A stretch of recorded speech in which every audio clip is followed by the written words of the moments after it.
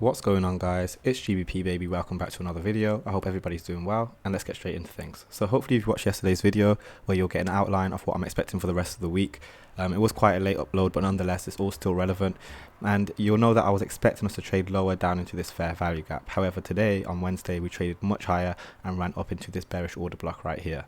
Now, I don't want us to be fooled by this. I do believe this is a false rally, simply grabbing more stops to then offset down below here, because I am still under the impression that price should want to try and trade into this, and I do believe that this is just a part of the manipulation and potentially even the high of the week. And the reason I say that is because look at how we traded right into the opening of this bearish order block. This is very classic for price action. So the fact that we're respecting that and we've come off it like so, if we continue to see us fail to get any higher, as in we continue to respect the way we've traded into it, then I'd still expect us to try and reach down into this fair value gap and potentially down into the rejection block level I was talking about yesterday. So definitely go and watch yesterday's video if you haven't yet. Nonetheless, let's drop down to the 4 hour, take a closer look, and you'll see how price rallied right up, catching me off guard, by the way. Like, you know, these things happen. Caught me off guard because remember, I wanted to see us start to expand for the week. However, I do believe that this may be like the swing, a simple, like, you know, manipulation swing. But nonetheless, you can see we traded up, rebalanced with this bearish order block, bullish order block right here, which should now act as a bearish order block.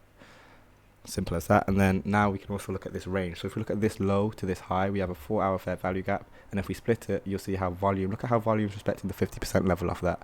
That's consequent encroachment and very typical of bearish price action. So we do need to take all of this into consideration. And yeah, now we've got some beautiful relative equal lows below here. So I am going to be looking at these tomorrow, especially with the high impact news we have on Thursday running into Friday as well. So I am expecting continued downwards price action. But nonetheless, let's go to the 1 hour. And you see how price is kind of fiddling about. We've made a high, a low, a higher high. So as far as I'm concerned, price shouldn't need to keep rallying up into this. Again, I think this was just a suspect rally to try and catch us all off guard. Simple run on stops. Where's the stops? Relative equal highs here and here. Price ran that out, creates the high, low, higher high. This is the bearish order block from the daily, and look at how price is reacting to it. We're failing to get into it. So I'm looking to see price continue to trade on lower now, because we've grabbed stops. We've rebalanced this range now as far as I'm concerned, and we're still bullish. We're still bearish, as in nothing. We haven't had no movement like this, you know. For me to be bullish, I'd need to see this on the upside. We're not getting that. Yes, we've got a nice sweep to the upside, but that's not enough for me. I need to see, you know, expansion. I want to see price run, and this isn't. I want to see it run like this, not like this, if that makes sense. This is a lot more high resistance. Don't get me wrong, it's smooth, and if you got in on this move, props to you. But generally speaking, it's heavy in terms of price. So now that we have price falling lower like so, we need to drop down to the 15-minute. And you can see a little consolidation, but again, we can start to look for a breaker. So we got a high, a low, a higher high.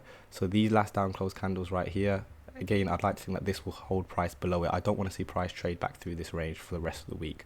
Don't get me wrong, guys, it can do it, but I'm expecting price not to do so, purely because I'm looking for us to trade on to the downside. So let's get that sorted. And then we got sell stops below here, and then obviously these relative equal lows now below here. So let's just get these all dragged out for sell side liquidity, and this should be a beautiful target for the rest of the week. But yeah, if we do manage to trade through this range right here, I'll simply stay out, and I'd expect us to try and fill this entire range and try and get up to here. However, so long as we respect this, I'm happy to remain bearish and stick to my original bias of expecting this fair value gap. I think it's on the hourly to get filled. So definitely go and watch yesterday's video for some more context on that. Let's head over to GBP USD. We'll go on the daily here.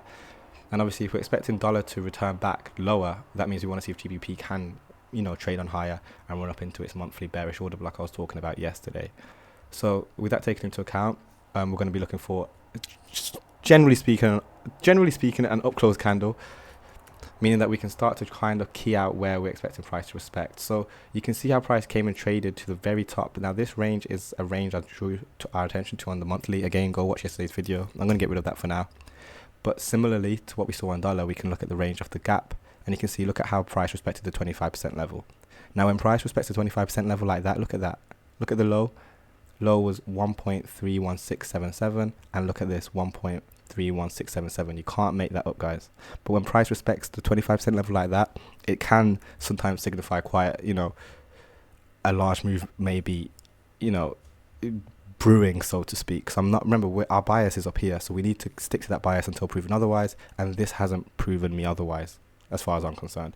So in order to help me build confluence around that, what I do is I now split this wick up into half, because if we're going to remain bullish, this is the very lowest I want to see price trade tomorrow. Any lower than that, whole different story, but ideally this is, price should respect this 25% level, although it's already been respected previously, but that's a story for another day. But let's go to the 4 hour. You see again, we came down. What have we done? We've grabbed sell side liquidity, so now we need to offset them to the upside, to the buy side, which is where we're expecting price to trade anyway. And you'll see that sell side liquidity also lines up with that 50% level, again giving us the, some kind of low, or the very lowest we want to see price trade. Furthermore, this is a rejection block level right here, so I'm happy for price to trade down into that, and I'll see that as a nice discount, assuming price does want to respect these 50% level. And again, time of day will play a big role. We have high impact news tomorrow at 8:30, so say we're below here, trading into that 25%, that 50% level, sorry, then I'll be looking for a potential setup to go long, with the expectation to stick with our original bias and then look for that Tuesday high. So let's get that buy side liquidity marked out. And like I said, I do genuinely think this is just a suspect run. I'm not saying it is or isn't, and we'll know very quickly because price will just keep running lower, but I can only imagine how many people are going short right now because they've seen pound move down a little bit. And that, if we were to go short now, that would be us chasing price. And usually when you chase price, you get it wrong. That's pretty much the opposite of what you want to be doing. So that's why I'm sticking to my bias, because this isn't enough for me to be like, oh, this is the reversal we've been waiting for. And why? We haven't traded into a significant level yet. This is the significant level I brought our attention to. So as far as I'm concerned, I'm not really happy to just start shorting before we've traded into, a level with significant influence, but on the higher time frame. So let's go to the 1 hour, and you'll see our price grab those stops and traded straight back out of it. Look how quickly we came out of it.